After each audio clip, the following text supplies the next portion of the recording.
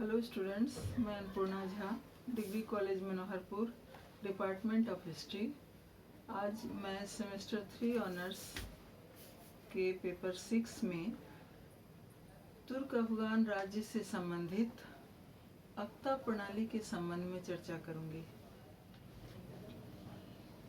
इक्ता या अक्ता प्रणाली सल्तनत काल में भूमि वितरण की एक विशिष्ट प्रणाली थी जो राजस्व वसूली का प्रमुख माध्यम थी। अक्ता अरबी भाषा का एक शब्द है जिसका प्रयोग एक प्रकार के प्रशासनिक अधिकार प्रदान करने के संदर्भ में किया जाता था। मुस्लिम राज्य के निर्माण के पश्चात कुछ शताब्दियों तक राज्य के भूभागों को कुछ शर्तों पर अधिकारियों तथा सेना नायकों में वितरित किया जाता था। ये भूभाग कता कहलाते थे।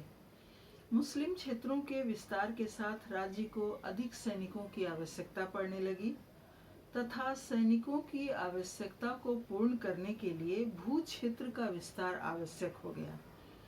इसी के परिणाम स्वरूप एक नई व्यवस्था आरंभ हुई जिसे अक्ता कहा गया। इस तरह अक्ता व्यवस्था का आरंभ इस्लामिक राज्य के आरंभ के साथ ही हुआ। खलीफाओं के शासनकाल में असैनिक अधिकारियों को वेतन देने तथा सैन्य अभियान के खर्च को पूरा करने के लिए अक्ता प्रणाली का विकास किया गया। अधिकारी वर्ग तथा सेना को वेतन देने के लिए जब धन की कमी होने लगी, उस समय इस समस्या के समाधान के लिए सैनिकों और सैन्य अधिकारियों को भूमि के टुकड़े दिए जाने लगे जो अक्ता कहलाते थे। अक्ता को प्राप्त करने वाला व्यक्ति का उस भूमि पर अधिकार नहीं होता था। वह सिर्फ उस भूमि से प्राप्त लगान का ही इस्तेमाल कर सकता था। अक्ता व्यवस्था वंशानुगत नहीं थी तथा समय समय पर इनका पुनर्वितरण भी किया जाता था। अक्ता के अधिकारी को आवश्यकतानुसार सुल्तान के लिए सैनिक सेवा प्रदान करनी पड़ती थी। कानून के अनुसार अक्ता प्राप्त अधिकारी, जिसे मुक्ता कहा जाता था, उनको उस क्षेत्र के निवासियों से संबंधित न्यायिक या प्रशासनिक अधिकार भी नहीं मिलते थे। पर वास्तविक रूप में अधिकतर लोगों ने इन अधिकारों का प्रयोग करना आरंभ कर दिया। प्रांतों के शासन, सैन्य अधिकारी, राजस्व वसूलने और अक्ता से संबंधित विभिन्न कार्यों को एक ही व्यक्ति को दिए जाने के कारण वास्तविक रूप में सरकार से स्वतंत्र एक नया भूस्वामी वर्ग का उस सल्तनत काल में उदय हुआ। धीरे धीरे अक्ता व्यवस्था की विचारधारा उससे संबंधित व्यवस्था में परिवर्तन आने लगा। इस व्यवस्था में सुल्तान का अक्ता के अधिकारी पर प्रशासनिक तथा आर्थिक नियंत्रण होने के कारण उसे अधिक स्वतंत्रता प्राप्त नहीं थी। वरिष्ठ अधिकारी को अक्ता प्रदान करने के बदले अपने पास एक सैन्य टुकड़ी रखनी पड़ती थी जिनकी व्यवस्था वह अक्ता से प्राप्त राजस्व के द्वारा करता था। पर सुल्तान के अधीन सेना के जितने बड़े दस्ते का वह संचालन करता था, उसकी अपेक्षा उसकी अपनी सैन्य टुकड़ी छोटी होती थी। इस प्रकार राज्य द्वारा किसी व्यक्ति को प्रदान किए गए भू क्षेत्र को अक्ता कहा गया। यह वास्तविक रूप में भूमि से प्राप्त होने वाले भू राजस्व का अनुदान या वेतन था। दिल्ली सल्तनत में अक्ता व्यवस्था से संबंधित कई पुस्तकों में उल्लेख मिलता है। कई फारसी पुस्तकों में सेवा शर्तों पर आधारित राजस्व हस्तांतरण के रूप में अक्ता की परिभाषा दी गई है। दिल्ली सल्तनत की राजनीतिक व्यवस्था में राजस्व संबंधी नियुक्ति की पुनर्हस्तांतरण के सिद्धांत पर आधारित इस व्यवस्था का प्रयोग किया गया। वस्तुतः अक्ता अर्थात भूमि के विशेष खंडों का राजस्व सैनिकों को उनके वेतन के बदले दिया जाता था। इसका उद्देश्य राज्य के विभिन्न क्षेत्रों से नियमित रूप से राजस्व प्राप्त करना था।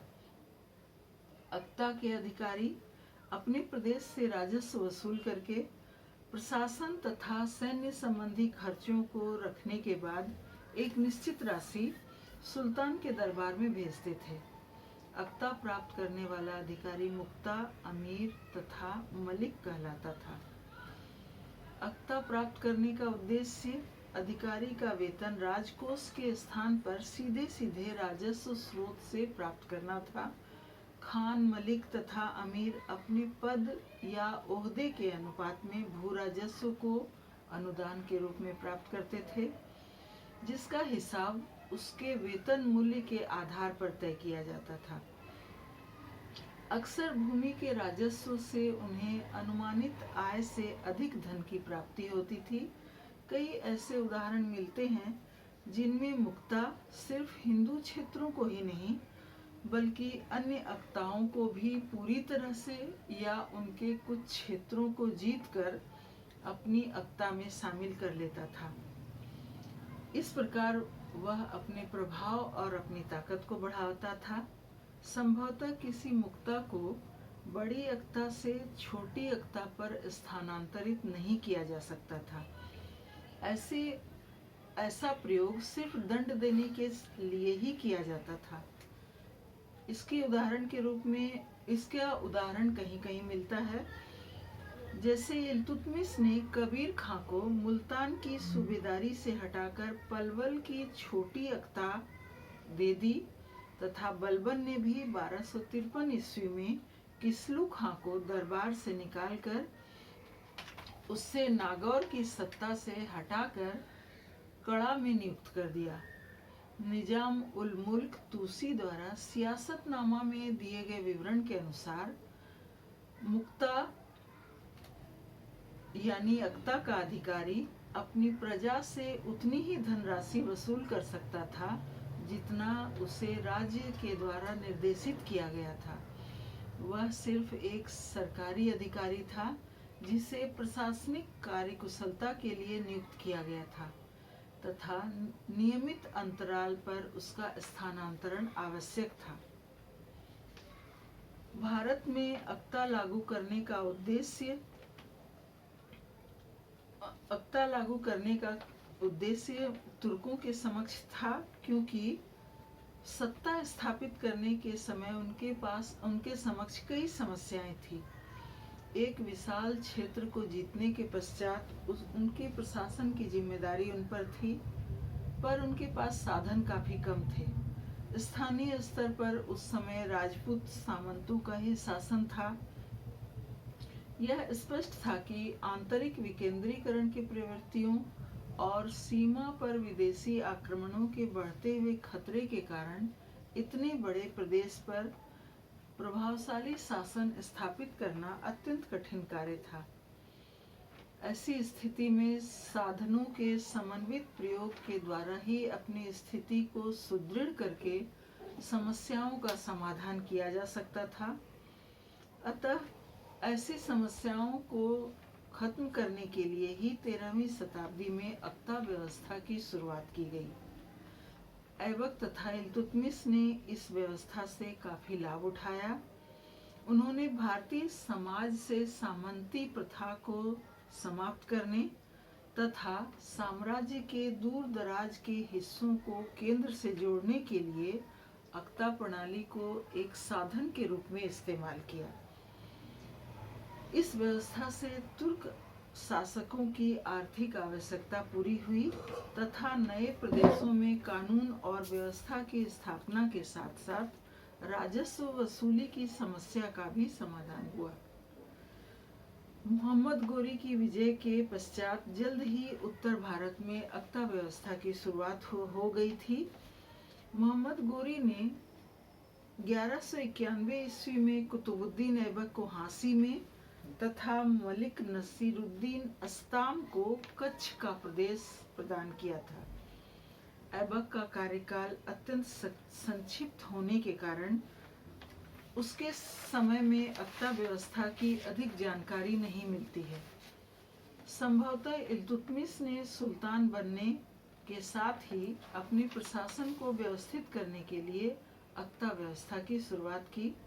उसके शासनकाल यानी 1211 से 1236 ईस्वी में संपूर्ण सल्तनत को बड़े और छोटे भूभागों में विभाजित कर दिया गया, जिन्हें अक्ता कहा जाता था। उसका प्रशासन मुक्ता नामक विशेष अधिकारी संभालते थे। अक्ता दो प्रकार के होते थे, प्रांतीय स्तर की अक्ता और गांवों के रूप में छोटी अक्ता। प्रांतीय स्तर की अक्ता उच्च अधिकारियों को दी जाती थी, साथ ही उन्हें प्रशासनिक और राजस्व संबंधी उत्तरदायित्व भी दिए जाते थे। पर कुछ गांवों को छोड़कर छोटी अक्ताएं सिर्फ सैनिकों को वेतन के बदले दी जाती थी। ये क्षेत्र खालसा के अंग थे तथा इसे प्रशासन तथा और राजस्व संबंधी कोई अधिकार नहीं दिया जाता था। बर्नी के अनुसार इल्तुतमिश के समय इस प्रकार की लगभग 2000 अक्ताएं थी तथा उसे प्राप्त करने वाले अक्तादारों को कोई प्रशासनिक उत्तरदायित्व नहीं दिया गया था। बलबन का मानना था कि सैनिकों को सैन्य सेवा के बदले अक्ता प्रदान की जाती थी, अतः सेवा अवधि में राजस्व पर उसका अधिकार बना रहता था, पर सेवा काल समाप्त होने या मृत्यु हो जाने पर यह अधिकार राज्य के पास वापस चला जाता था।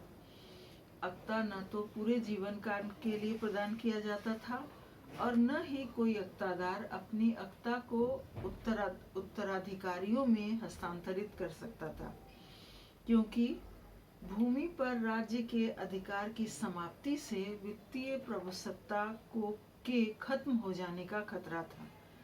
बलबन ने अक्तादारों पर निगरानी करने तथा उन पर नियंत्रण करने के लिए ख्वाजा नामक अधिकारी की नियुक्ति की।